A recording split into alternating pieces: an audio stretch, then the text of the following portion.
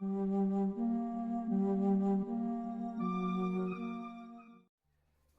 lendemain, le grand banquet avait enfin commencé dans la villa de Berski.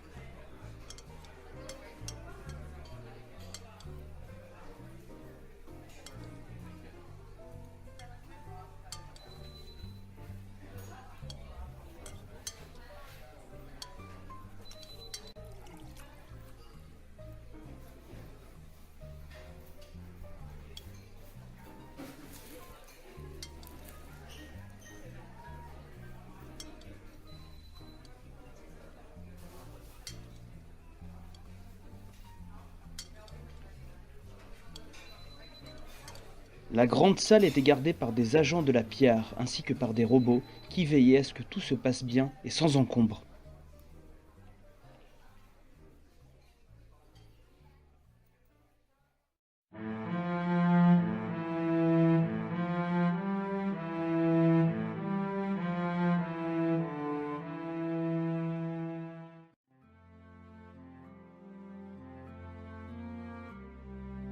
Mes chers amis, je vous remercie du fond du cœur d'être venus aujourd'hui pour ce grand banquet. C'est un honneur pour moi de vous accueillir sous mon toit et de partager ce moment de joie avec vous.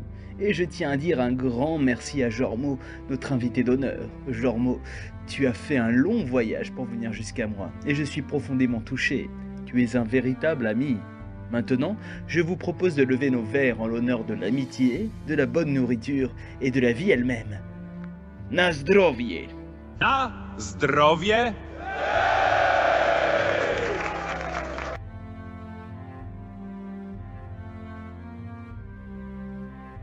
Jormo se rappela soudainement de la lettre que Berski lui avait donnée la veille.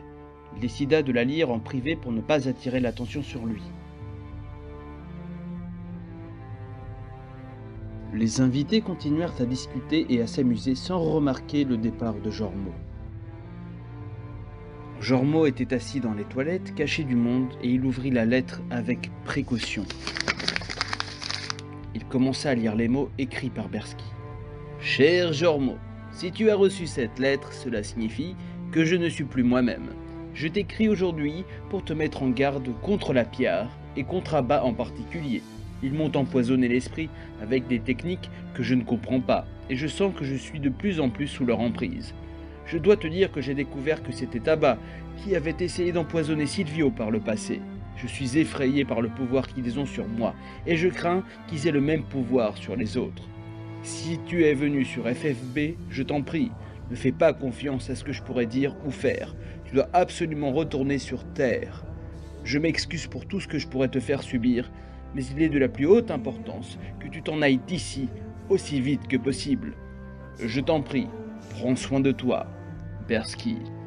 Jormo, bouleversé par ce qu'il venait de lire, se retrouva en état de choc.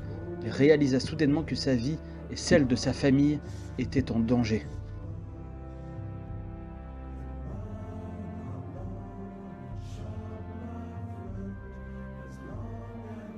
Jormo reprit sa place à table, feignant la normalité.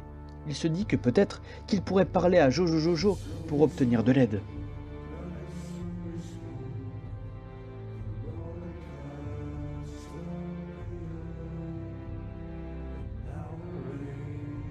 Je vous remercie tous pour cet accueil merveilleux, et en particulier à Berski pour sa générosité. Mais je crois qu'il est temps pour nous de rentrer sur Terre. Nous avons une guerre à préparer. Je vous remercie encore pour cet agréable banquet. Un instant, Jormo. Je n'ai pas encore annoncé ma décision quant à mon aide pour votre guerre contre Belixo. Jormo sentit un frisson parcourir son échine. Il devait à tout prix éloigner sa famille de cet endroit, et vite. Bien sûr, je comprends. Je suis impatient de connaître ta décision. Mes chers invités, je tiens à vous remercier d'être venus ce soir pour ce banquet en mon honneur. Mais maintenant, je dois vous annoncer ma décision quant à la guerre à venir. Vous avez tous vu les héros beaux soldats dans les rues de Bibliotchek, et je suis fier de vous annoncer qu'ils vont servir dans la guerre à venir. Mais je dois vous prévenir, ils ne seront pas utilisés pour aider Jormont et les rebelles. Au contraire, ils vont renforcer les armées de Bélixo et du général Ténuis pour éradiquer les rebelles une bonne fois pour toutes. Quant à toi, Jormont, tu es tellement naïf. Tu es venu ici en espérant trouver un allié, mais je dois te dire que tu t'es trompé. Je vais combattre du côté de Bélixo. Abba et les agents de la pierre, je vous demande de faire ce que vous avez à faire. Détruisez Jormont et sa famille. Ils ne méritent pas de vivre.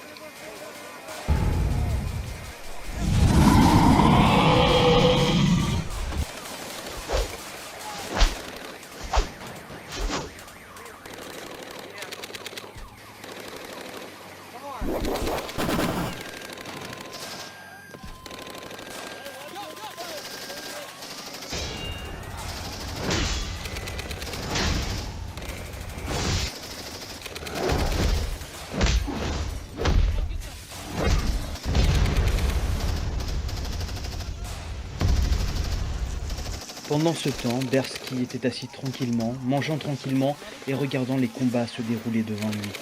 Jojo et les 4 Pokémon invoqués par Jormont furent percés de toutes parts par les pistolets laser ennemis. Jormont fut blessé à la jambe, mais il parvint à rester debout. Kalou, qui se battait avec courage, fut gravement blessé à la poitrine. Fuyons d'ici, le plus vite possible. Nous ne pouvons pas rester ici, c'est beaucoup trop dangereux. Partez devant, je prends Kalou dans mes bras.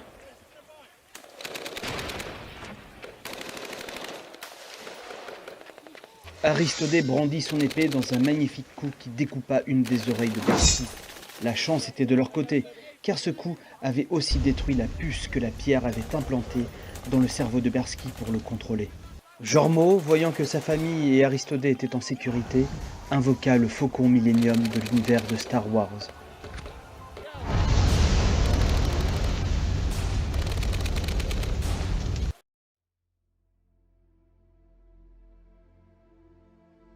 Aristodé, je vais maintenant entamer l'hyperpropulsion pour entrer en vitesse lumière. Peux-tu m'assister pour être sûr que tout se passe bien? Bien sûr, Jormont. Je suis là pour vous aider. J'espère que Kalou va survivre.